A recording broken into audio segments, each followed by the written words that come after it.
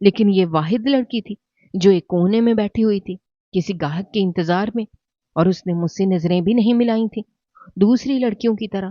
پتہ نہیں کیوں مجھے محسوس ہوا کہ وہ کسی شریف گھرانے کی مجبور لڑکی ہے۔ میں نے اس سے کہا، آؤ میری گاڑی میں بیٹھو۔ اس نے ایک نظر حیرت سے مجھے دیکھا۔ میں نے دیکھا کہ اس کی آنکھیں نم ہو رہی تھیں، ایسا لگ رہا تھا کہ وہ بہت رونے کے بعد یہاں آ کر بیٹھی ہے۔ اس کی یہ حالت دیکھ کر میرے دل کو کچھ ہوا تھا۔ میں نے اس سے کوئی سوال و جواب نہیں کیا اور گاڑی میں بیٹھنے کا اشارہ کیا۔ وہ خاموشی سے چلتی ہوئی میرے ساتھ گاڑی میں بیٹھ گئی اور میں نے گاڑی سٹارٹ کی، اور اب میں شہر کی سنسان سڑکوں پر بلا وجہ گاڑی دوڑا رہا تھا۔ مجھے گاڑی چلاتے ہوئے آدھا گھنٹہ ہو چکا تھا، اور اس آدھے گھنٹے میں ہم دونوں کے مابین خاموشی حائل تھی۔ نہ میں نے اس سے کوئی بات کی تھی، نہ اس نے سر اٹھا کر مجھے دیکھا تھا۔ وہ بس نیچے اپنے جوتوں کو ہی دیکھے جا رہی تھی۔ بالآخر میں نے خاموشی کو توڑتے ہوئے اس سے سوال کیا کہ محترمہ، بتاؤ تم کب سے یہ کام کر رہی ہو؟ تو اس نے کہا اس نے آج سے پہلے یہ کام کبھی نہیں کیا۔ اس نے کہا، صاحب آج میرا پہلا دن ہے، بلکہ یوں کہیں آج میری شروعات ہے۔ اس کی بات سن کر میں ایک پل کے لیے خاموش ہو گیا تھا۔ یعنی اس کی نظر میں اس کا پہلا گاہک بننے جا رہا تھا۔ تب مجھے سمجھ آیا کہ اس بازار میں اتنی ساری عورتیں ہونے کے باوجود قدرت نے مجھے اس لڑکی سے کیوں ملایا تھا۔ شاید قسمت چاہتی ہی نہیں تھی کہ یہ لڑکی ایسے راستے پر جائے، اور میں نے دل ہی دل میں فیصلہ کر لیا تھا کہ میں اس لڑکی کو اس غلاظت سے ضرور بچاؤں گا۔ جہاں تک ممکن ہو سکا اس کی مدد کروں گا۔ اگر وہ بے روزگار ہے تو اسے روزگار مہیا کروں گا۔ میں گاڑی چلاتا ہوا دل ہی دل میں اس کے باعزت مستقبل کے لیے بہت ساری پلاننگ کرتا جا رہا تھا کہ آخر میں اس کے لیے کیا کروں۔ 10,000 کی رقم تو بہت قلیل سی رقم تھی۔ پہلے میں نے سوچا کہ میں اس لڑکی کو اپنے گھر لے کر جاتا ہوں۔ پھر میں نے سوچا گھر لے کے جانا صحیح نہیں ہوگا۔ یقیناً میں اپنے گھر والوں کے ساتھ ساتھ اپنے ملازمین کی نظر میں بھی برا بن جاتا۔ اس لیے میں نے گاڑی کا رخ اپنے فارم ہاؤس کی طرف کر دیا، جہاں پر کوئی بھی نہیں رہتا تھا سوائے چوکی دار کے۔ خیر، میں اس لڑکی کو فارم ہاؤس میں لے آیا۔ چوکی دار نے گیٹ کھولا، میں نے گاڑی اندر کی اور لڑکی کو اندر آنے کا اشارہ کیا، لہٰذا وہ اندر آ کر بیٹھ گئی۔ جب وہ اندر بیٹھی تو میں نے محسوس کیا کہ اس کے ہاتھ بری طرح سے کانپ رہے تھے۔ پھر میں نے اس سے پوچھا کہ کیا تم نے رات کا کھانا کھایا؟ تو اس نے نفی میں سر ہلایا اور کہا، میں نے رات کا تو دور کی بات دن کو بھی کچھ نہیں کھایا۔ اس کی بات سن کر مجھے لگا کہ میں صدقہ دینے کے اصل حقدار تک پہنچ گیا ہوں، اور یہی وہ مستحق ہے جسے میں ڈھونڈ رہا تھا۔ میں نے چوکیدار کو بھیج کر جلدی سے اس کے لیے کھانا منگوایا، اور اس نے پیٹ بھر کے کھانا کھایا۔ اس کے بعد میں نے اس سے پوچھا کہ کیا تجھے کوئی اور چیز چاہیے؟ تو اس نے کہا، نہیں صاحب جی، آپ جلدی سے اپنا کام کر لیں، مجھے گھر بھی جانا ہے، میری ماں میرا انتظار کر رہی ہوگی۔ پھر اس نے کہا کہ کیا میں آپ کے موبائل سے اپنی ماں کو فون کر سکتی ہوں؟ وہ میرے لیے پریشان ہو رہی ہوں گی۔ میں بس ان کو یہ بتانا چاہتی ہوں کہ آج میرا کام لگ گیا ہے۔ میری ماں کو نہیں معلوم کہ میں کیا کام کر رہی ہوں۔ میں نے انہیں یہی بتایا ہے کہ میں مقامی اسپتال میں نرس کی نوکری کے لیے جا رہی ہوں، اور ہو سکتا ہے مجھے رات کی ڈیوٹی مل جائے۔ میں نے یہی سوچا ہے کہ ماں کو یہی بتاؤں گی کہ میری اسپتال میں رات کی ڈیوٹی لگ گئی ہے۔ جب اس لڑکی نے یہ بات کہی تو میرا دل دکھ سے لبریز ہو گیا۔ میں نے اسے فون ملا کر دیا۔ اسے اپنی ماں کا نمبر یاد تھا۔ اس نے کہا، امی میں ٹھیک ہوں، آپ پریشان مت ہونا، میرا کام ہو گیا ہے۔ میں اس کے قریب سے تھوڑا ہٹ گیا تاکہ وہ تسلی سے اپنی ماں سے بات کر سکے۔ میں نے محسوس کیا تھا کہ وہ میری طرف دیکھ رہی ہے اور بات کرتے ہوئے جھجک رہی ہے۔ ہو سکتا ہے اسے اپنی ماں کو کوئی ایسی بات کرنی ہو جو وہ میرے سامنے نہ کر پا رہی ہو، اس لیے میں وہاں سے ہٹ گیا۔ اس نے 2 منٹ بات کی اور پھر مجھے کہا کہ اپنا موبائل لے لیں۔ اس نے مجھے موبائل دے دیا۔ پھر میں نے اس سے بات کرنا شروع کی۔ میں نے کہا، دیکھو میں تمہیں بری نیت سے یہاں پر نہیں لے کر آیا، میں بہت ہی شریف انسان ہوں۔ میں نے زندگی میں کبھی ایسا کام نہیں کیا، نہ ہی میری پرورش میں اس قسم کی کوئی غلیظ بات شامل ہے۔ اصل میں وہاں صرف صدقے کی نیت سے گیا تھا، کیونکہ ہر مہینے کسی مستحق کو ڈھونڈ کر اسے 10,000 صدقہ دینا میرا معمول ہے۔ مجھے کسی نے بتایا تھا کہ آپ ہیرا منڈی چلے جائیں، وہاں آپ کو ایسی بہت ساری مجبور عورتیں مل جائیں گی جو مجبوری پر یہ کام کرتی ہیں۔ اس لیے اگر میں ان کی مدد کروں تو شاید وہ دوبارہ یہ گناہ کرنے پر مجبور نہ ہو۔ یہی سوچ کر میں اس بازار میں آیا تھا۔ لیکن وہاں پہنچ کر مجھے نہیں لگ رہا تھا کہ ہر عورت مجبوری میں یہ کام کر رہی ہو، لیکن تمہیں دیکھ کر ضرور لگا کہ تم واقعی مجبور ہو۔ تو میں نے سوچا کہ تجھے 10,000 صدقہ دینے سے بہتر ہے کہ میں تمہیں کوئی روزگار لگوا کر دوں۔ اب بتاؤ کہ تم کتنی پڑھی لکھی ہو۔ میری بات سن کر اس نے پہلے تو حیرت سے میری طرف دیکھا، پھر کہنے لگی میں میٹرک پاس ہوں۔ تو میں نے کہا کیا تمہارے پاس کوئی ہنر ہے جس کو استعمال کر کے تم عزت کی روٹی کما سکو؟ تو اس نے کہا ہاں، میں بہت اچھے سے کپڑے ڈیزائن کر لیتی ہوں۔ میرا دل چاہتا ہے میرا اپنا بوتیک ہو، لیکن میرے پاس اس کاروبار کے لیے رقم نہیں ہے۔ اس کی بات سن کر مجھے خوشی ہوئی کہ اس کے پاس کوئی ہنر موجود ہے۔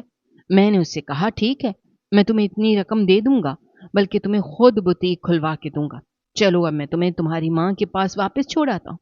میری بات سن کر اس کی ہوائیاں اڑ گئیں اور وہ حیرت سے میری طرف دیکھنے لگی جیسے حواس باختہ ہو گئی ہو۔